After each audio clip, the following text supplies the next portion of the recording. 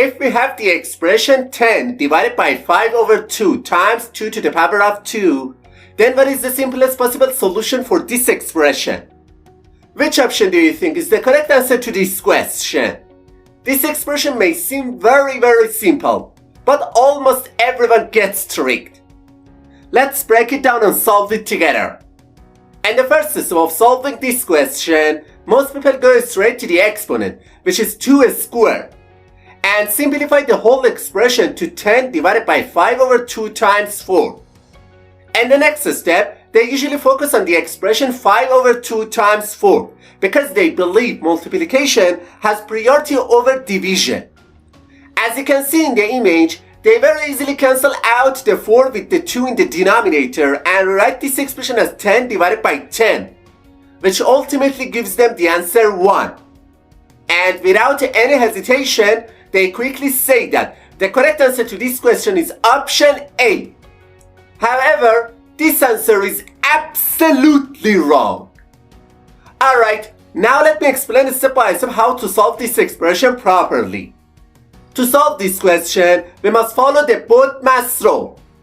And this rule, B stands for bracket, O stands for order, D stands for division, M stands for multiplication, A stands for addition, and S stands for subtraction. We should proceed these operations exactly as it's written from top to bottom step by step. Alright, as you can see on the screen, in this problem, we have a division sign, then a multiplication sign, and finally exponent. According to the PEMDAS rule, we should start with the exponent, because in this question, exponent has a higher priority than the other operations. So, instead of the original expression, we can write 10 divided by 5 over 2 times 4. And the next step, we handle the division and multiplication. However, it's very important to note that in the PEMDAS rule, multiplication and division have exactly the same level of priority.